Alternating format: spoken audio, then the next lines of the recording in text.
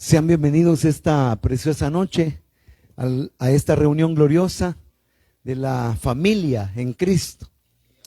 Bendito sea el Señor. Usted que está conectado a través de las diferentes plataformas, le damos la bienvenida, y desde Iglesia Centro de Misiones en San Salvador, El Salvador, le bendecimos en el nombre de Jesús. La semana anterior, como todos los jueves, estudiamos la palabra, y la semana anterior estuvimos finalizando la carta del apóstol Pablo a Timoteo, o la segunda más bien carta. Y hoy nos corresponde iniciar el estudio de la carta del apóstol Pablo a Tito. Las cartas pastorales, las de Timoteo, Tito y Filemón, las estamos estudiando bajo el lema general: Manual para el Ministerio y el Servicio Cristiano. Y hoy pues es la entrega número 1 de Tito, y vamos a leer del capítulo 1 los primeros 4 versículos. La palabra del Señor dice de la manera siguiente: en el nombre del Padre, y del Hijo, y del Espíritu Santo. Pablo, siervo de Dios y apóstol de Jesucristo, conforme a la fe de los escogidos de Dios y el conocimiento de la verdad que es según la piedad, en la esperanza de la vida eterna, la cual Dios, que no miente, prometió desde antes del principio de los siglos, y a su debido tiempo manifestó su palabra por medio de la predicación que me fue encomendada por mandato de Dios nuestro Salvador. A Tito, verdadero hijo en la común fe, gracia, misericordia y paz de Dios Padre y del Señor Jesucristo nuestro Salvador. Oremos. Padre que estás en los cielos, te pedimos, Dios mío, que a través de tu palabra instruyas a tu iglesia, que nuestra fe por tu palabra sea sólida, crezca, y tengamos como siervos e hijos tuyos convicciones grandes y profundas, de tal manera que donde quiera que vayamos llevemos tu luz y seamos testimonio para gloria y honra de tu santo nombre. Háblanos y edifícanos en Cristo Jesús, lo suplicamos. Amén. Ahí en el versículo número 2 de esta porción dice que la cual Dios, hablando de la esperanza de la vida eterna, dice que Dios, que no miente, prometió desde antes del principio de los siglos. Y en el versículo 1 dice: conforme a la fe de los escogidos. Entonces, estas ideas de una salvación que Dios prometió desde antes del principio de los siglos, y esa elección de Dios alimentan una idea general, y es la predestinación de la iglesia. Y así hemos titulado el estudio de hoy: la predestinación de la iglesia. Quizá por ser un estudio que impartimos en un culto de iglesia para alimentar la fe de los creyentes, nuestros estudios suelen ser oír directamente a la práctica, para que nuestra fe sea edificada. Pero el tema da para profundizar, para una profundización teológica. Para ello, pues, tenemos nuestros estudios a nivel de institución, el Instituto de Teología, pero hoy queremos abordar esto de la manera más práctica, pero también alimentar la fe de la iglesia. Hermanos amados, como dije, el título es la predestinación de la iglesia. La palabra predestinación habla de la decisión de Dios sobre el destino de una persona o de un conglomerado de personas. El destino anticipado de Dios.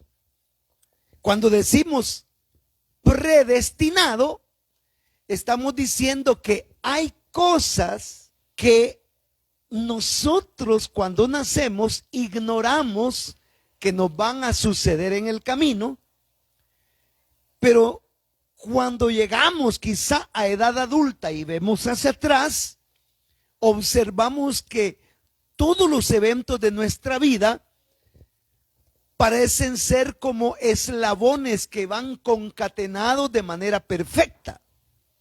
Y eso es porque nuestra vida obedece a un destino trazado por Dios en términos personales o individuales, pero la predestinación también tiene esa connotación, como dije, no solo individual, sino también de conglomerado, y hay un destino a nivel conglomerados, un destino de Dios para su pueblo Israel, por decir algo, ¿no?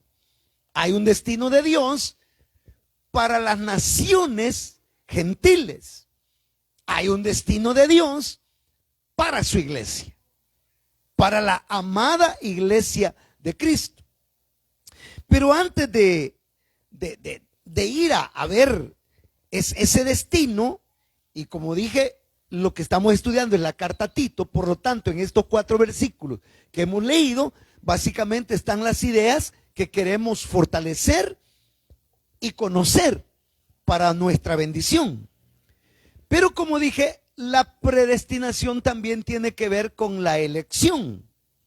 Quiero leer una definición de la elección desde el punto de vista bíblico.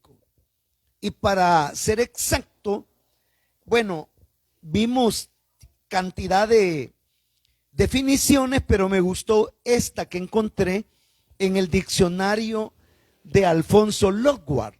La elección es un término que se utiliza en teología para designar el acto mediante el cual Dios toma para sí un pueblo, como ejemplo el pueblo de Israel, o una persona, como ejemplo el creyente.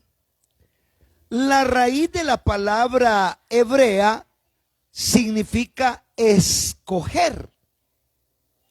La palabra escoger.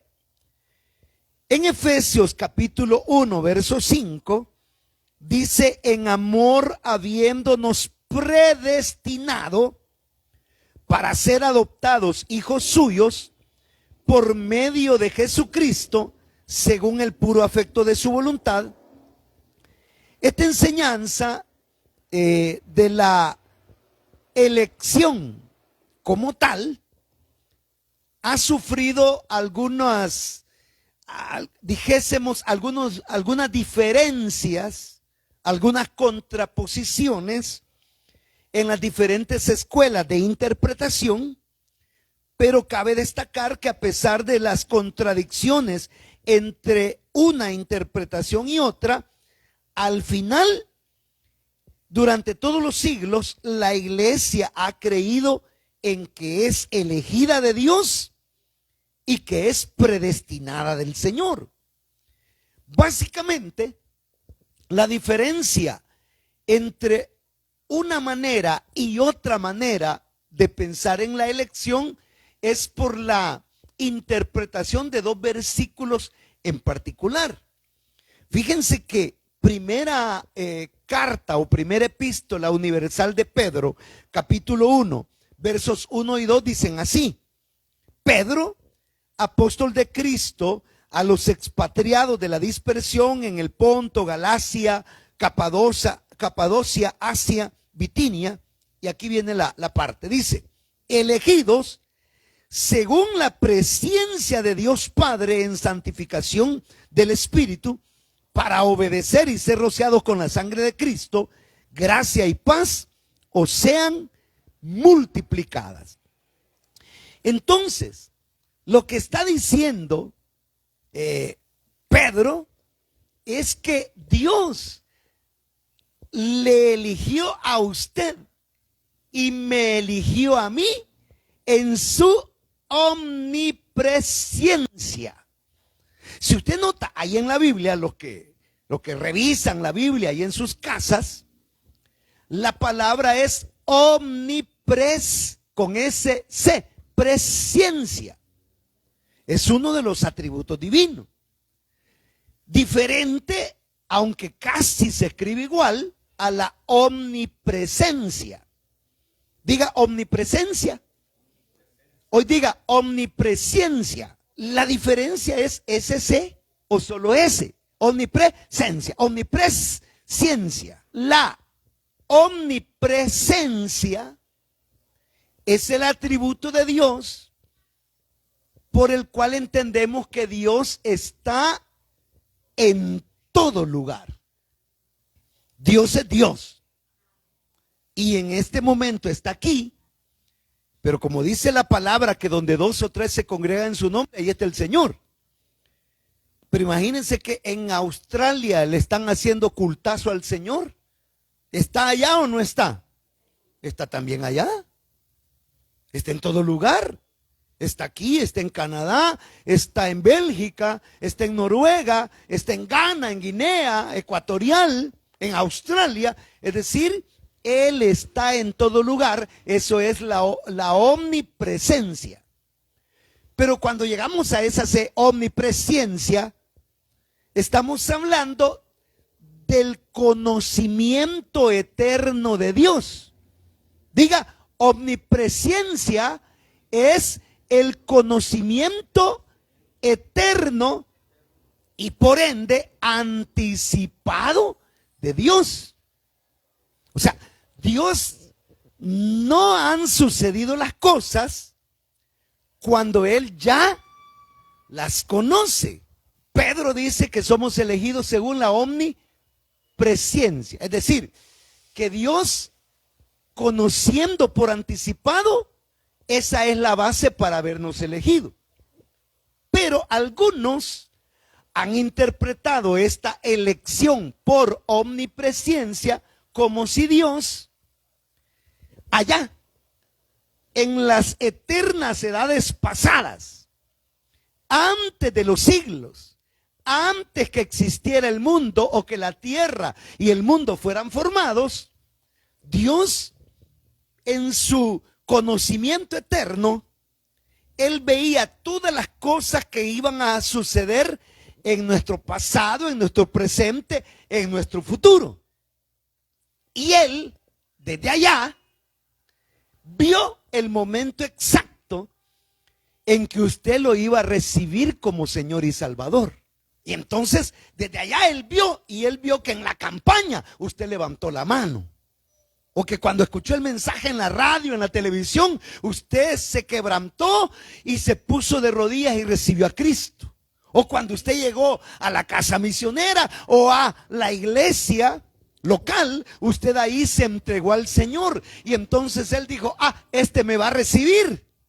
O sea, Él, desde antes, Él lo vio a usted y me vio a mí. Y entonces, como nos vio recibiendo a Cristo, entonces nos elige y nos predestina. Entonces, eso es como algunos lo han interpretado. Solo que en esa predestinación, prácticamente Dios hace como una labor secretarial. O sea, Él no hace nada, sino que lo único que hace es ver desde antes el momento exacto en que usted se iba a rendir a Cristo. Y lo anotó, labor de secretarial, ¿verdad? Anotar aquel que lo iba a recibir. Pero ¿y dónde queda su voluntad? O sea, llevar ese pensamiento al extremo es creer que la salvación básicamente depende de nosotros si damos o no el paso de fe. Entonces, si nosotros queremos ser salvos, aceptamos a Cristo, nos arrepentimos y nos entregamos al Señor y somos salvos. Pero si nosotros no queremos el evangelio, tenemos la libertad de rechazarlo, aunque nos condenemos, pero es nuestra decisión. O sea, esa es así como la esencia de este lado o de esta interpretación, esta escuela de doctrina.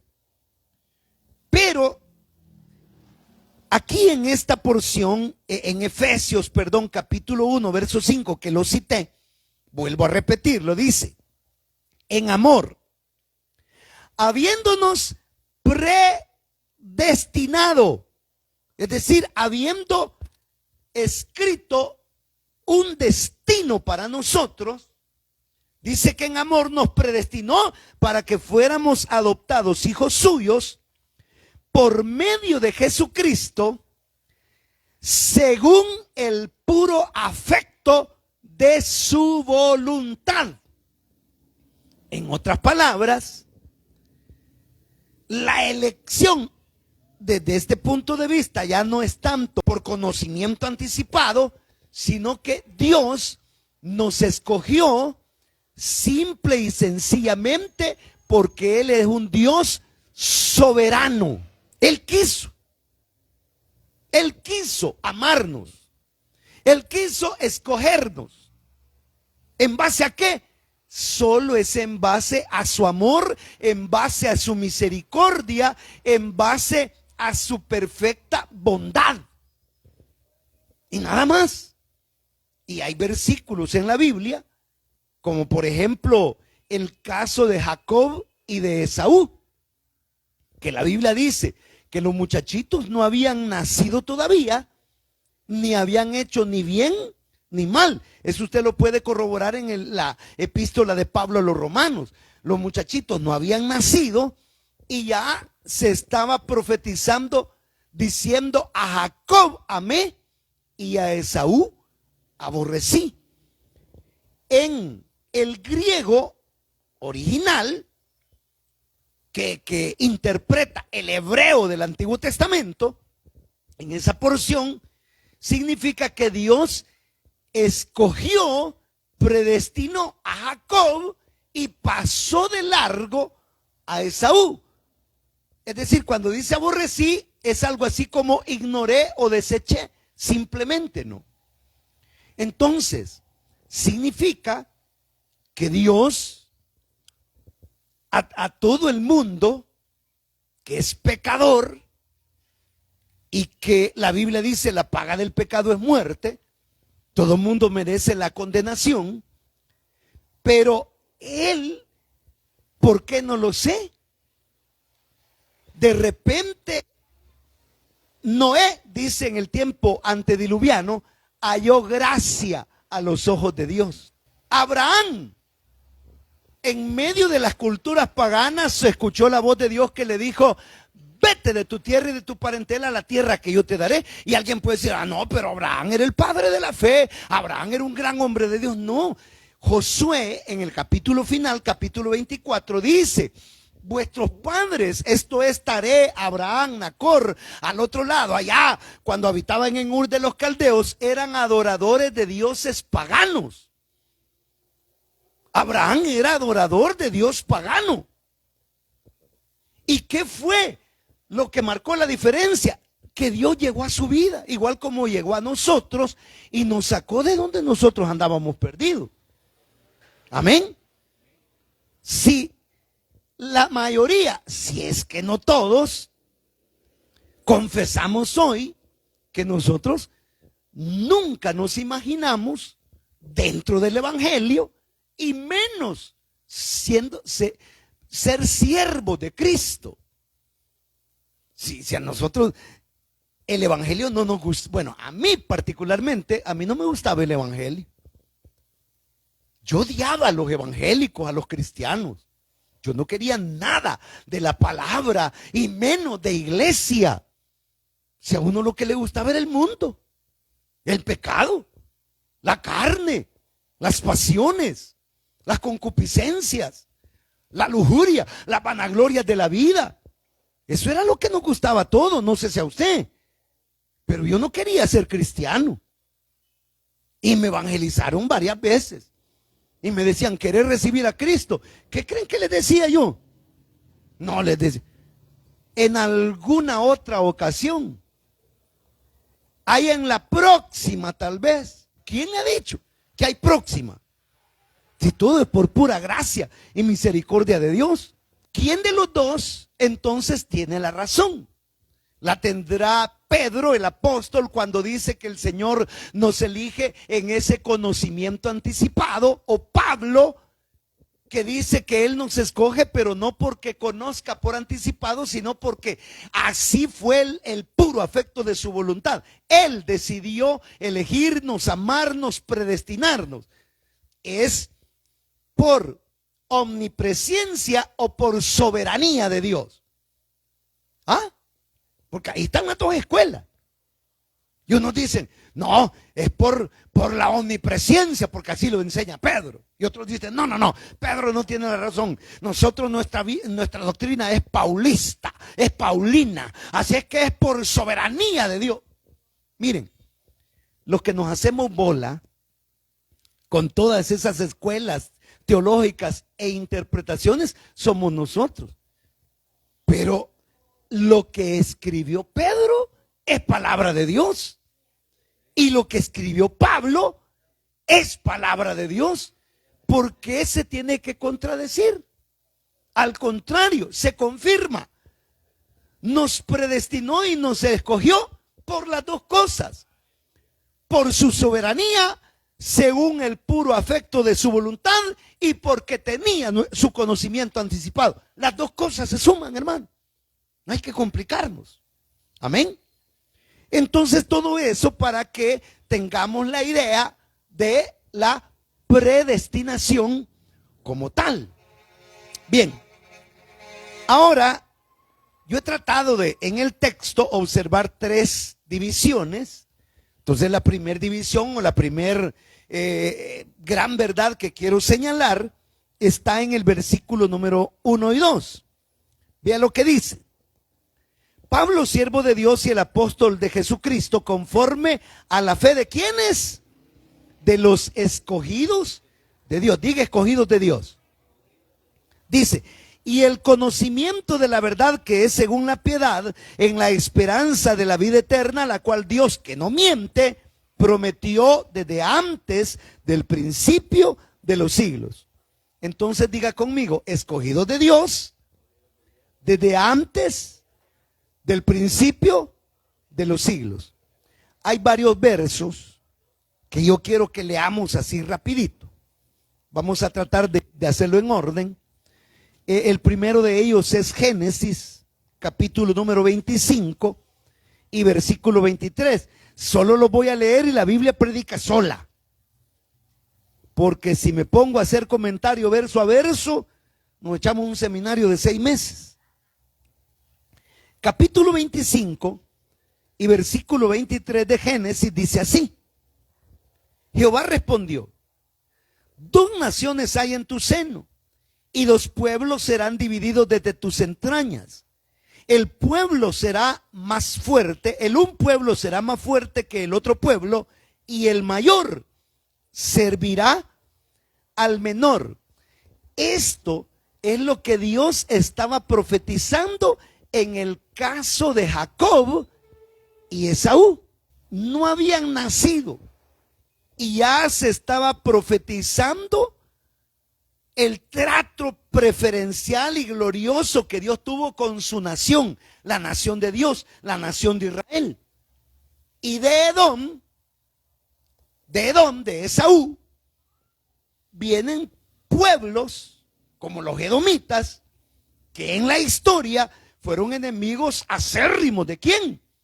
De Israel. Los edomitas. Y les hicieron la guerra. Y los odiaron tremendamente. Entonces todo ese pleito ya estaba profetizado. Dios lo profetizó desde antes. Pero veamos. Salmo 139. Salmo 139. Versículo número 16. Dice así. David hablando. David compone este salmo. Dice: mi embrión vieron tus ojos, y en tu libro estaban escritas todas aquellas cosas que fueron luego formadas, sin faltar ni una de ellas. ¿Qué quiere decir? Se lo voy a parafrasear así rapidito. Es como si David dijese: cuando mi madre estaba embarazada y yo estaba en ese periodo de gestación, ahí el Espíritu de Dios llegó para trazar mi destino eterno. Y cuando nací, fueron sucediendo paso a paso todas las cosas para la cual Dios me había destinado. Eso es lo que significa. Entonces David, el dulce cantor de Israel, el rey de Israel, él sabía que su vida, tal como la había vivido, era una preordenación y predestinación de Dios sobre su vida. Quiero contarle así rapidito, es solo a manera de ilustración. Fíjese que la diaconisa, esa pelona, en la vida a mí me ha visitado 2 veces. Cuando yo estaba muy pequeñito, tenía año y fracción, me cuentan, mi familia me cuenta mi familia que yo me enfermé. Y de enfermo yo me desnutrí, solo era pancita. Y ya no comía y solo los ojitos trabados y dando mis últimas bocanadas de aire. Mi madre, me cuenta ella, que me llevaron al hospital y en el hospital no me hicieron nada. Y le dijeron, este niño se le va a morir. Y entonces, cuando llegó a casa, dice que me tendieron así una sábana sobre una mesa y tendieron mi cuerpecito ahí. Y básicamente lo que estaban esperando es que me muriera. Así es que dijeron hacer una alcancía con un cúmulo de leche seteco para andar pidiéndole a todos los vecinos, porque seguramente yo de esa noche no pasaba. Yo me iba a morir. Pero de repente, en la tarde, dice que mi madre llorando porque era el único varoncito y hermoso, por supuesto. O sea, ella sabía lo que estaba perdiendo, pues. Salió llorando a la calle y dice que una señora la vio llorando. Y le dijo, ¿qué le pasa? Y a ella le contó, mire, mi niño tiene esto y se va a morir y ando viendo cómo hacemos ya para preparar el café y el pan. No, hombre, si ya estaban preparando el café y el pan, pues. Si ya la chonguenga ya venía, pues. Y la mujer esta, que dice que era una mujer ya señora, pero joven, ¿verdad? Era una adulta joven, le dice, mire, le dice, lávele el cuerpecito con alcohol o con agua tibia y después lo envuelve bien y ahí donde está, ore y el Señor le va a hacer el milagro. Dice ella, me contó ella, que llegó y dice que me sobó con alcohol para afuera así, como le había dicho la persona esta. Y de repente los ojos que ya los tenía virados, que ya solo la parte blanca se me veía, ¿no?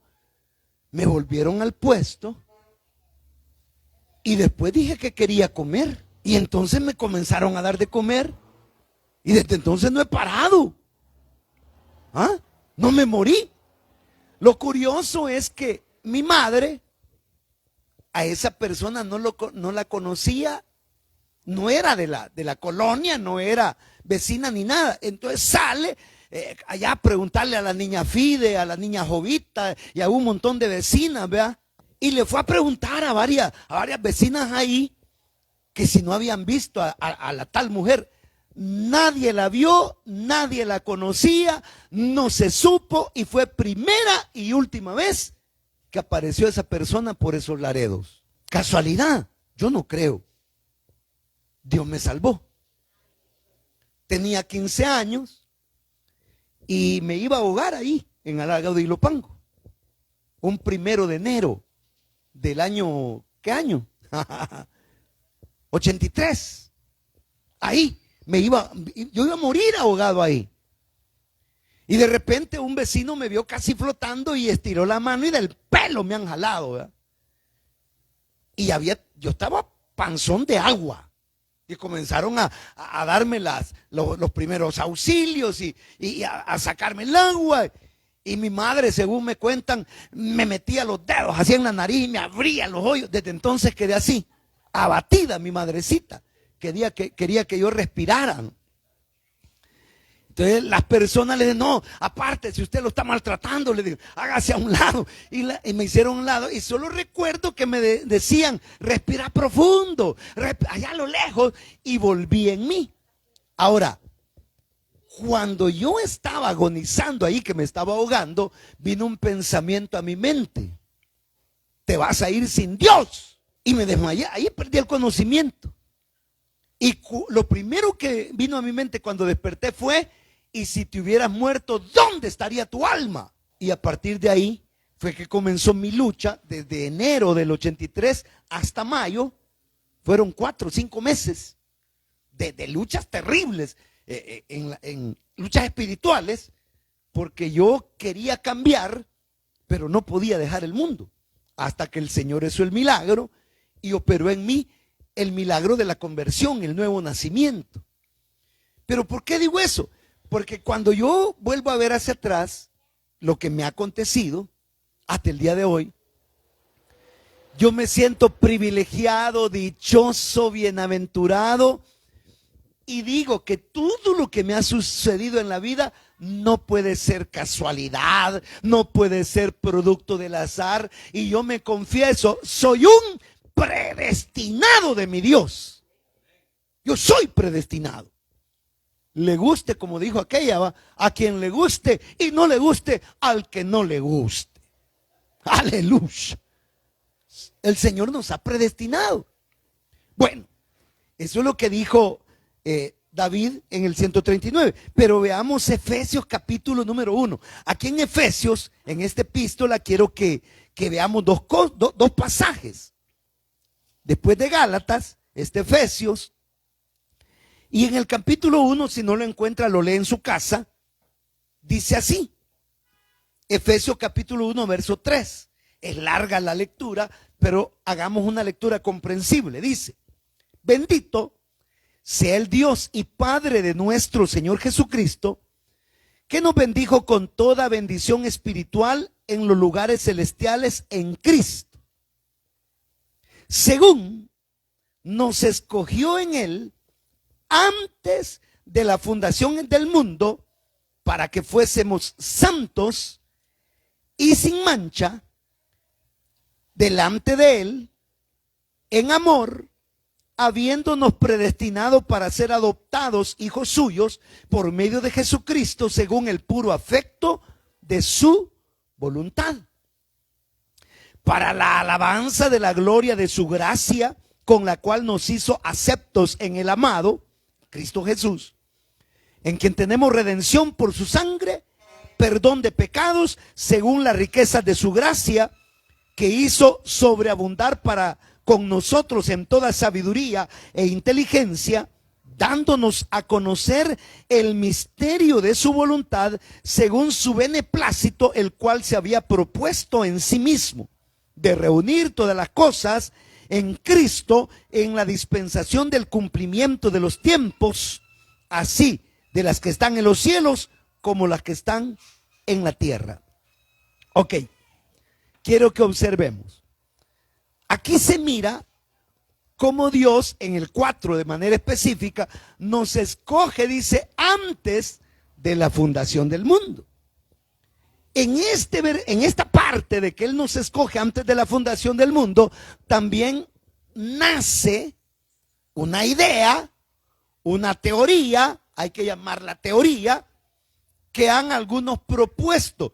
Y antes de mencionarla, tengo que decir que a mí, aunque me parece bonito al oído, conforme a la Escritura, no me parece lo más sensato ni lo más cuerdo. Pero es una teoría. ¿Cuál es la teoría? Fíjense cómo es esto. Como ahí dice que nos escogió antes de la fundación del mundo, entonces algunos interpretan que antes de la fundación del mundo nosotros ya existíamos. Y quienes piensan de esa manera, yo no, piensan que Dios allá en las eternas edades pasadas creó nuestros espíritus o nuestras almas, es decir, la parte inmaterial.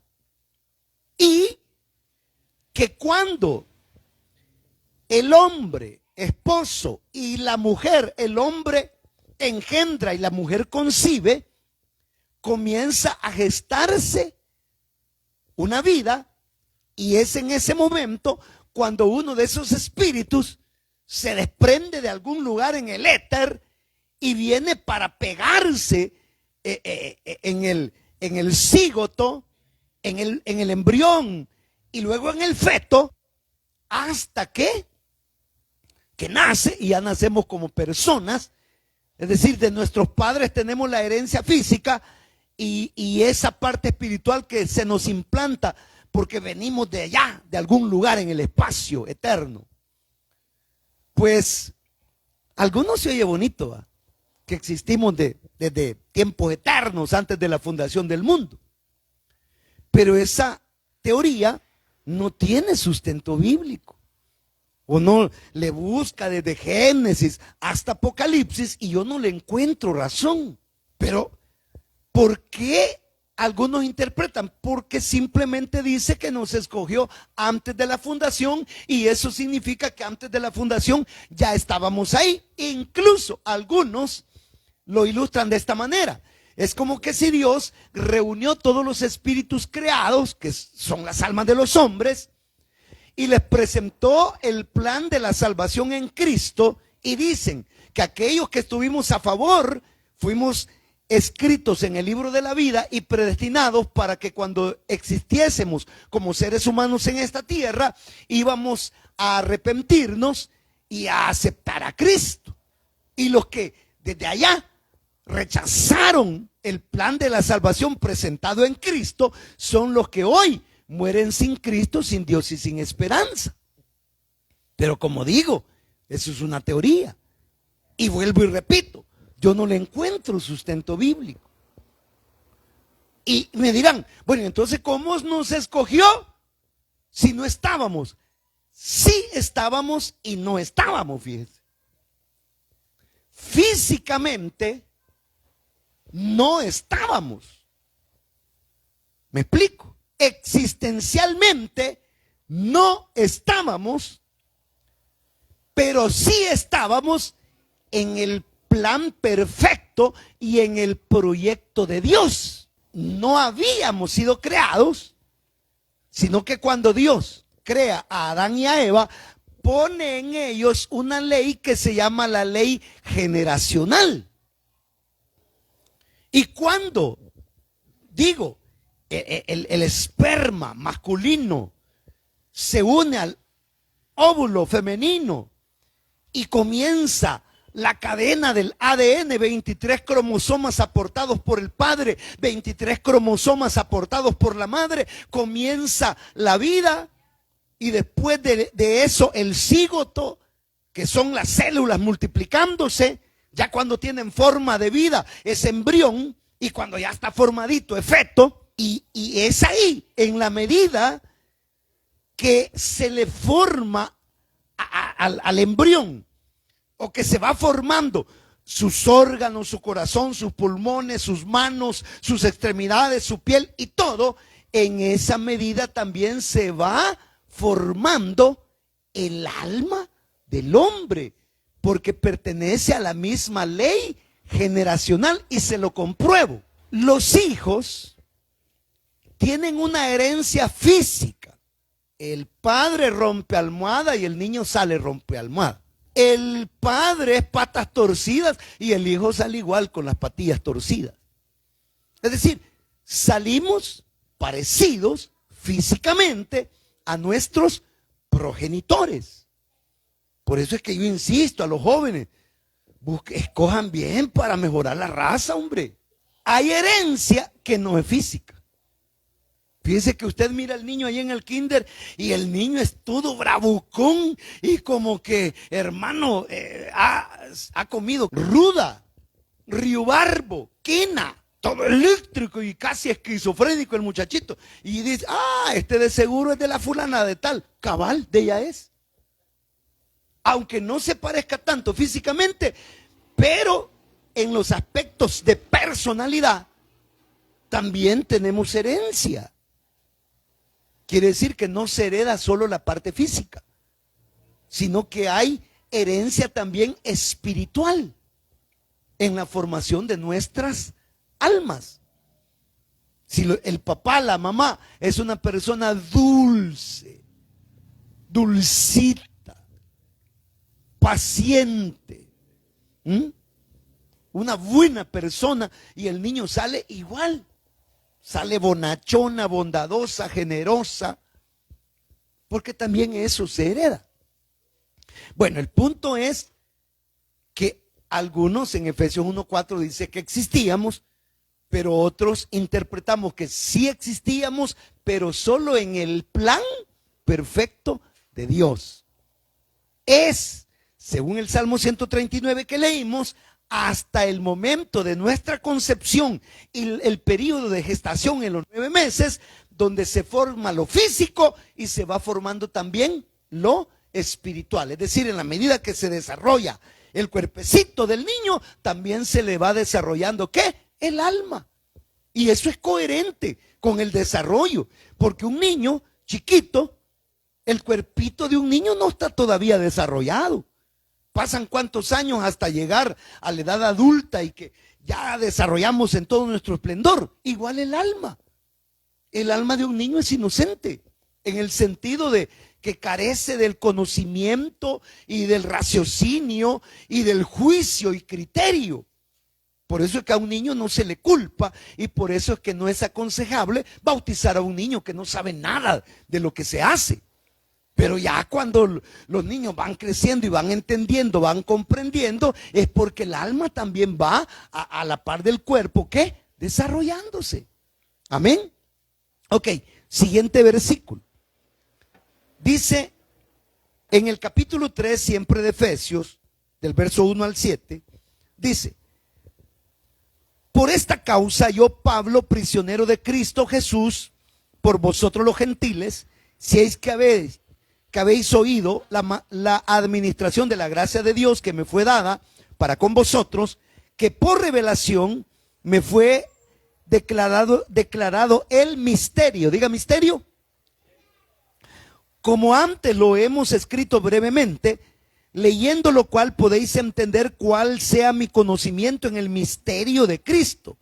Misterio que en otras generaciones no se dio a conocer a los hijos de los hombres, como ahora he revelado a los santos apóstoles y profetas, que los gentiles son coherederos y miembros del mismo cuerpo y copartícipes de la promesa en Cristo Jesús por medio del evangelio. En otras palabras, vamos otra vez. Hay un misterio que ratifica nuestra predestinación. ¿Qué es un misterio? Rápido. Un misterio es algo que estuvo oculto, pero que Dios en su gracia lo ha revelado. La iglesia es un misterio que en todo el Antiguo Testamento estuvo presente, pero estuvo oculta. ¿Presente en qué? Primero estuvo presente en profecías, porque estaba la profecía de Egipto: llamé a mi hijo. Ahí estaba Egipto metido.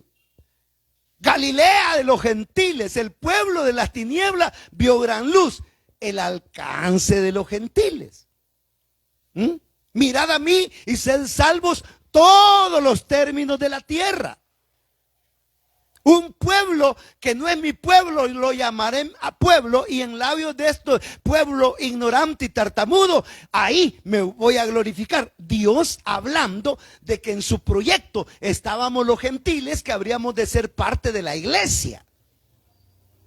Ya había profecías al respecto de la iglesia, pero también hay profecías en figuras bíblicas. Le voy a regalar 3, así rapidito.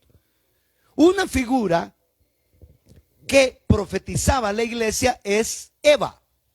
Eva, Adán lo duermen, le abren la costilla y le sacan a Eva de su costado. En figura, el primer Adán, el segundo Adán o el postrer Adán, que es Cristo, lo duermen también en la cruz del Calvario, le meten la lanza en el costado de la que le sale agua y sangre, y de ese sacrificio sale la iglesia del Señor. Entonces Eva es tipo de la iglesia. El otro tipo es Asenat. Dígalo conmigo, Asenat. ¿Quién es Asenat? ¿Alguien se recuerda? ¿Quién es? Es la esposa, la mujer de ¿quién? De José en Egipto. Entonces la comparativa es: José, odiado por sus hermanos, va a parar en Egipto, y en Egipto se casa con una egipcia. La Biblia dice, hablando de Cristo, que aquel verbo se hizo carne, a lo suyo vino, y lo suyo ¿qué? No lo recibieron. Lo odiaron sus hermanos. Se fue para Egipto, que es el mundo. Y de Egipto, ¿a quién escogió para casarse con ella? A la iglesia, que es gentil, que es egipcia. Entonces, Asenat también es un símbolo profético. ¿De quién?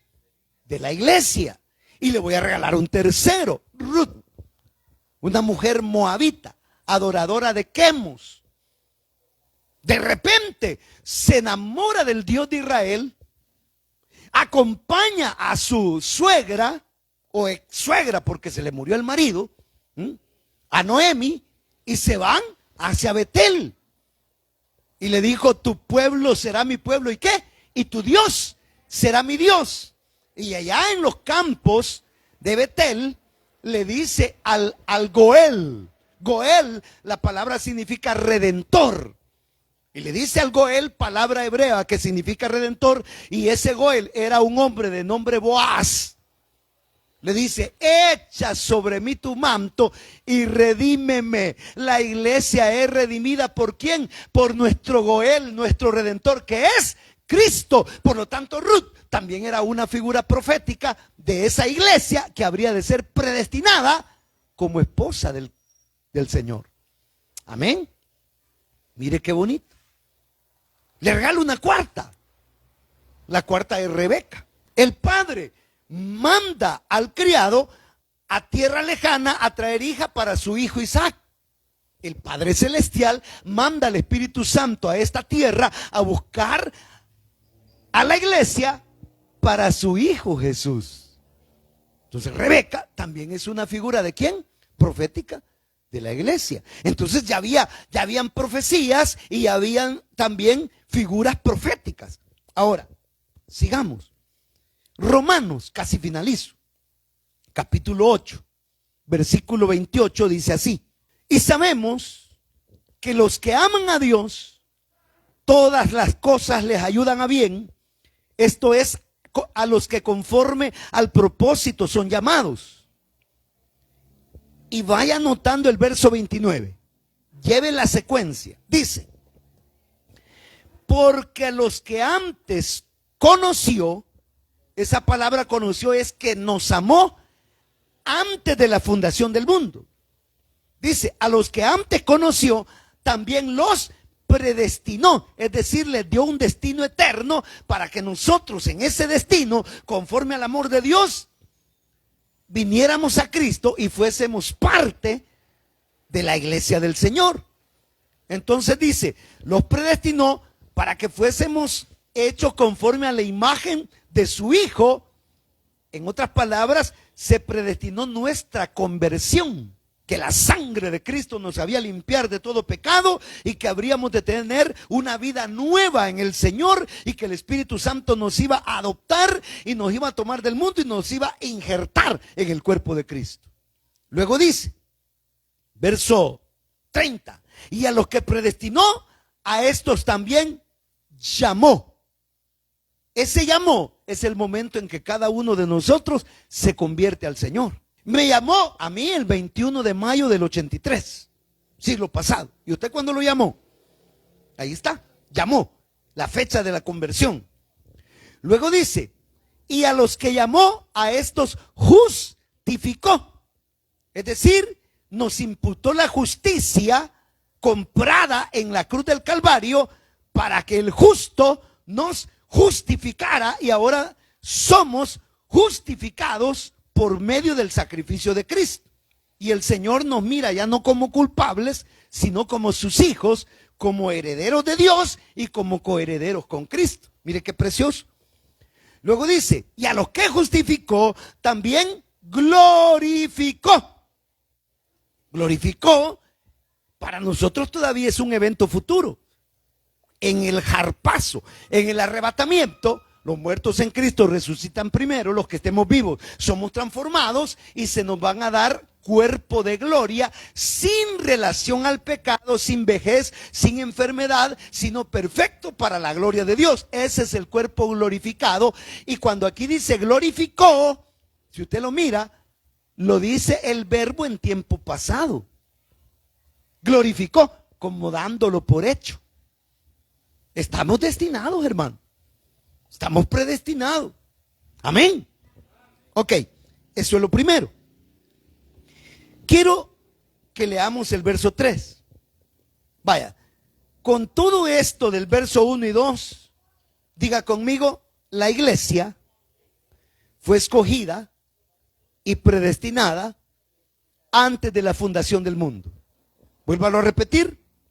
La iglesia fue escogida y predestinada antes de la fundación del mundo. Pero ahora en el verso 2 leamos lo siguiente. Dice, y a su tiempo manifestó su palabra por medio de la predicación que me fue encomendada por mandato de Dios nuestro Salvador. Subraya la palabra, y a su tiempo. Diga conmigo, la iglesia es alcanzada de acuerdo a un plan perfecto de Dios. Diga, la iglesia es alcanzada de acuerdo a un plan perfecto predestinado por Dios. ¿Qué significa eso? No se preocupe. En la práctica, muchos de los que nos convertimos decimos, qué desgracia. Tanto año que le serví al diablo. Y ya hoy que solo tengo 3 dientes y 2 de ellos los tengo flojos. Ya que pasé mis 40, mis 50, hasta hoy le entregué mi vida a Cristo, ya cuando me voy a morir. Yo quiero decirle algo. En el plan de Dios, nadie se convierte antes ni después. Se convierte exactamente en el día que le tocaba convertirse.